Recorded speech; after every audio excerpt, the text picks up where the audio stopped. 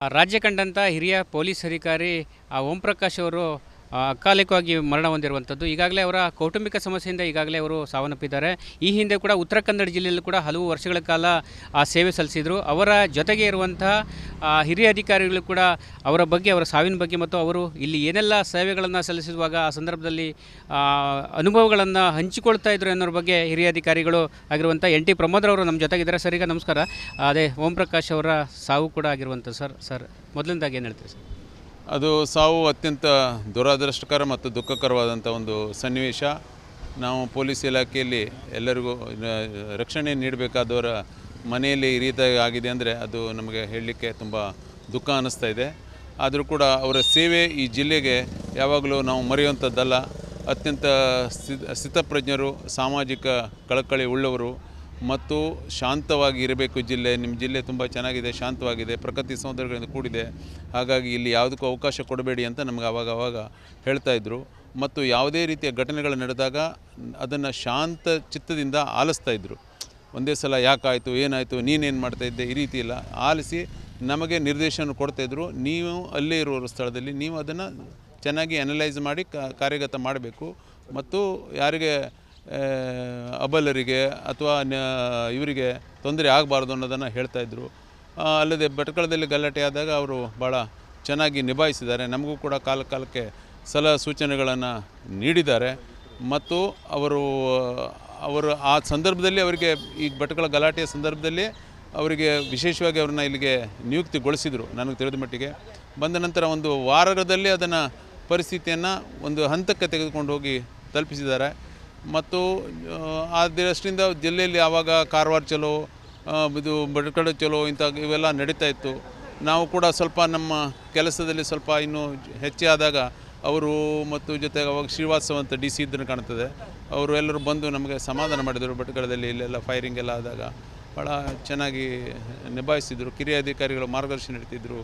ಆರೋಗ್ಯ ಭಾಗದಲ್ಲಿ ಮತ್ತು ಭಾಗ್ಯ ಯೋಜನೆ ಅಡಿಯಲ್ಲಿ ಮತ್ತು ಸಿಬ್ಬಂದಿಯವರಿಗೆ 1,000 ರೂಪಾಯಿಯನ್ನು ಈಗ ಎಷ್ಟು ಹೆಚ್ಚು ಮಾಡಿದ ನನಗೆ ಗೊತ್ತಿಲ್ಲ, ಅದನ್ನು ಕೊಡೋದನ್ನು ಪ್ರತಿಯೊಬ್ಬ ಸಿಬ್ಬಂದಿನೂ ಮೆಡಿಕಲ್ ಟೆಸ್ಟ್ ಆಗಬೇಕು. ಅವ್ರಿಗೆ ಏನು ಬೇಸಿಕ್ ಏನಿದೆ ಅಂತ. ಯಾಕಂದರೆ ಈ ಟೆನ್ಷನ್ದಲ್ಲಿ ಇದರಲ್ಲಿ ಅವ್ರಿಗೆ ಏನು ಆರೋಗ್ಯ ಸರಿ ಇಲ್ಲ ಅನ್ನೋದು ಗೊತ್ತಾಗೋದಿಲ್ಲ ಅಂತ ಭಾಳಷ್ಟು ಸಿಬ್ಬಂದಿಗಳು ಆ ಕಾಲದಲ್ಲೇ ತಮಗೆ BP ಇದೆ, ಶುಗರ್ ಇದೆ, ಇನ್ನು ಬೇಸಿಕ್ಸ್ ಏನಿದೆ, ಕಣ್ಣಿಂದು ಏನು ಪ್ರಾಬ್ಲಮ್ ಇದೆ ಅನ್ನೋದನ್ನು ತಿಳ್ಕೊಂಡಿದೆ. ಅದಂತ ಫರ್ದರ್ ಅವರಿಗೆ ಆರೋಗ್ಯ ಭಾಗ್ಯದ ಅಡಿಯಲ್ಲಿ ಟ್ರೀಟ್ಮೆಂಟನ್ನು ಕೊಡಿಸ್ತಾ ಇದ್ದರು.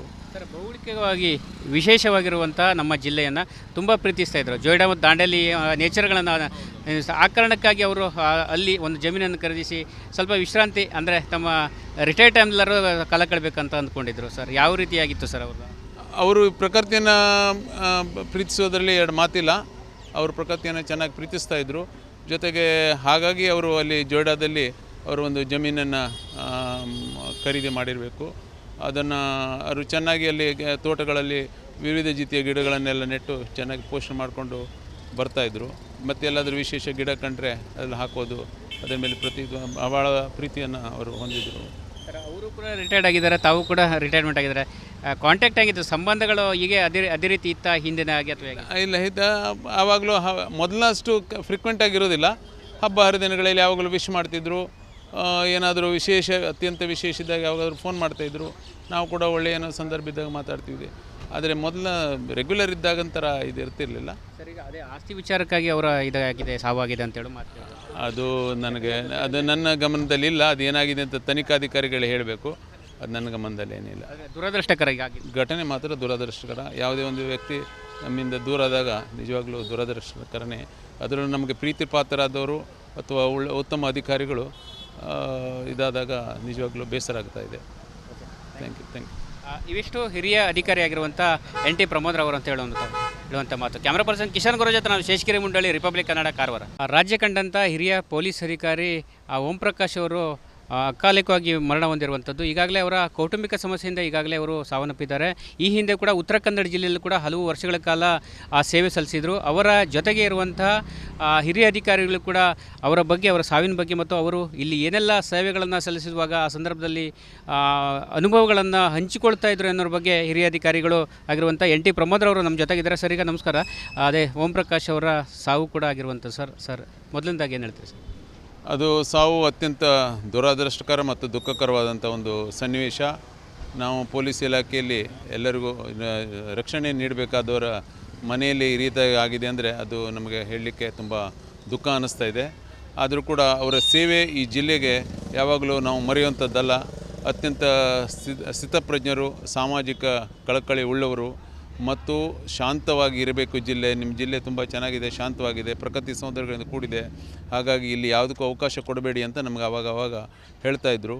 ಮತ್ತು ಯಾವುದೇ ರೀತಿಯ ಘಟನೆಗಳು ನಡೆದಾಗ ಅದನ್ನು ಶಾಂತ ಚಿತ್ತದಿಂದ ಆಲಿಸ್ತಾಯಿದ್ರು.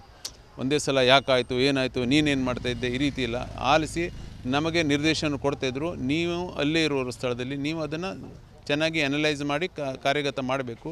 ಮತ್ತು ಯಾರಿಗೆ ಅಬಲರಿಗೆ ಅಥವಾ ಇವರಿಗೆ ತೊಂದರೆ ಆಗಬಾರ್ದು ಅನ್ನೋದನ್ನು ಹೇಳ್ತಾಯಿದ್ರು.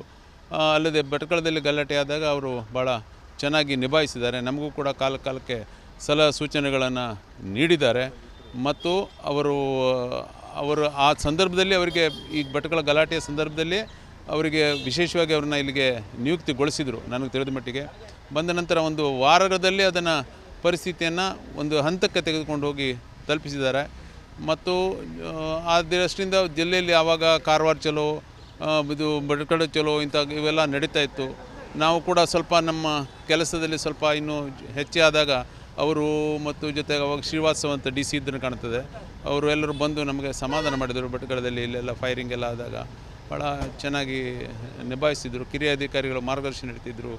ಆರೋಗ್ಯ ಭಾಗದಲ್ಲಿ ಮತ್ತು ಭಾಗ್ಯ ಯೋಜನೆ ಅಡಿಯಲ್ಲಿ ಮತ್ತು ಸಿಬ್ಬಂದಿಯವರಿಗೆ 1,000 ರೂಪಾಯಿಯನ್ನು ಈಗ ಎಷ್ಟು ಹೆಚ್ಚು ಮಾಡಿದ್ದಾರೆ ನನಗೆ ಗೊತ್ತಿಲ್ಲ, ಅದನ್ನು ಕೊಡೋದನ್ನು ಪ್ರತಿಯೊಬ್ಬ ಸಿಬ್ಬಂದಿನೂ ಮೆಡಿಕಲ್ ಟೆಸ್ಟ್ ಆಗಬೇಕು. ಅವ್ರಿಗೆ ಏನು ಬೇಸಿಕ್ ಏನಿದೆ ಅಂತ. ಯಾಕಂದರೆ ಈ ಟೆನ್ಷನ್ದಲ್ಲಿ ಇದರಲ್ಲಿ ಅವ್ರಿಗೆ ಏನು ಆರೋಗ್ಯ ಸರಿ ಇಲ್ಲ ಅನ್ನೋದು ಗೊತ್ತಾಗೋದಿಲ್ಲ ಅಂತ ಭಾಳಷ್ಟು ಸಿಬ್ಬಂದಿಗಳು ಆ ಕಾಲದಲ್ಲೇ ತಮಗೆ BP ಇದೆ, ಶುಗರ್ ಇದೆ, ಇನ್ನು ಬೇಸಿಕ್ಸ್ ಏನಿದೆ, ಕಣ್ಣಿಂದು ಏನು ಪ್ರಾಬ್ಲಮ್ ಇದೆ ಅನ್ನೋದನ್ನು ತಿಳ್ಕೊಂಡಿದೆ. ಅದಂತ ಫರ್ದರ್ ಅವರಿಗೆ ಆರೋಗ್ಯ ಭಾಗ್ಯದ ಅಡಿಯಲ್ಲಿ ಟ್ರೀಟ್ಮೆಂಟನ್ನು ಕೊಡಿಸ್ತಾ ಇದ್ದರು. ಸರ್, ಭೌಗೋಳಿಕವಾಗಿ ವಿಶೇಷವಾಗಿರುವಂಥ ನಮ್ಮ ಜಿಲ್ಲೆಯನ್ನು ತುಂಬ ಪ್ರೀತಿಸ್ತಾ ಇದ್ದರು. ಜೋಯಿಡಾ ಮತ್ತು ದಾಂಡೇಲಿ ನೇಚರ್ಗಳನ್ನು ಆ ಕಾರಣಕ್ಕಾಗಿ ಅವರು ಅಲ್ಲಿ ಒಂದು ಜಮೀನನ್ನು ಖರೀದಿಸಿ ಸ್ವಲ್ಪ ವಿಶ್ರಾಂತಿ ಅಂದರೆ ತಮ್ಮ ರಿಟೈರ್ಡ್ ಟೈಮ್ಲಾರು ಕಾಲ ಕಳಬೇಕಂತ ಅಂದ್ಕೊಂಡಿದ್ರು. ಸರ್, ಯಾವ ರೀತಿಯಾಗಿತ್ತು ಸರ್ ಅವರು ಪ್ರಕೃತಿಯನ್ನು ಪ್ರೀತಿಸೋದ್ರಲ್ಲಿ ಎರಡು ಮಾತಿಲ್ಲ. ಅವರು ಪ್ರಕೃತಿಯನ್ನು ಚೆನ್ನಾಗಿ ಪ್ರೀತಿಸ್ತಾ ಇದ್ದರು. ಜೊತೆಗೆ ಹಾಗಾಗಿ ಅವರು ಅಲ್ಲಿ ಜೋಯಿಡಾದಲ್ಲಿ ಅವರು ಒಂದು ಜಮೀನನ್ನು ಖರೀದಿ ಮಾಡಿರಬೇಕು. ಅದನ್ನು ಅವರು ಚೆನ್ನಾಗಿ ಅಲ್ಲಿ ತೋಟಗಳಲ್ಲಿ ವಿವಿಧ ರೀತಿಯ ಗಿಡಗಳನ್ನೆಲ್ಲ ನೆಟ್ಟು ಚೆನ್ನಾಗಿ ಪೋಷಣೆ ಮಾಡಿಕೊಂಡು ಬರ್ತಾಯಿದ್ರು. ಮತ್ತು ಎಲ್ಲಾದರೂ ವಿಶೇಷ ಗಿಡ ಕಂಡ್ರೆ ಅದೆಲ್ಲ ಹಾಕೋದು, ಅದರ ಮೇಲೆ ಭಾಳ ಪ್ರೀತಿಯನ್ನು ಅವರು ಹೊಂದಿದ್ದರು. ಸರ್, ಅವರು ಕೂಡ ರಿಟೈರ್ಡ್ ಆಗಿದ್ದಾರೆ, ತಾವು ಕೂಡ ರಿಟೈರ್ಮೆಂಟ್ ಆಗಿದ್ದಾರೆ. ಕಾಂಟ್ಯಾಕ್ಟ್ ಆಗಿತ್ತು, ಸಂಬಂಧಗಳು ಹೀಗೆ ಅದೇ ರೀತಿ ಇತ್ತ ಹಿಂದಿನ ಹಾಗೆ ಅಥವಾ ಇಲ್ಲ, ಆವಾಗಲೂ ಮೊದಲಷ್ಟು ಫ್ರೀಕ್ವೆಂಟ್ ಆಗಿರೋದಿಲ್ಲ. ಹಬ್ಬ ಹರಿದಿನಗಳಲ್ಲಿ ಯಾವಾಗಲೂ ವಿಶ್ ಮಾಡ್ತಿದ್ರು. ಏನಾದರೂ ಅತ್ಯಂತ ವಿಶೇಷ ಇದ್ದಾಗ ಯಾವಾಗಾದರೂ ಫೋನ್ ಮಾಡ್ತಾಯಿದ್ರು. ನಾವು ಕೂಡ ಒಳ್ಳೆಯ ಏನೋ ಸಂದರ್ಭ ಇದ್ದಾಗ ಮಾತಾಡ್ತಿದ್ವಿ.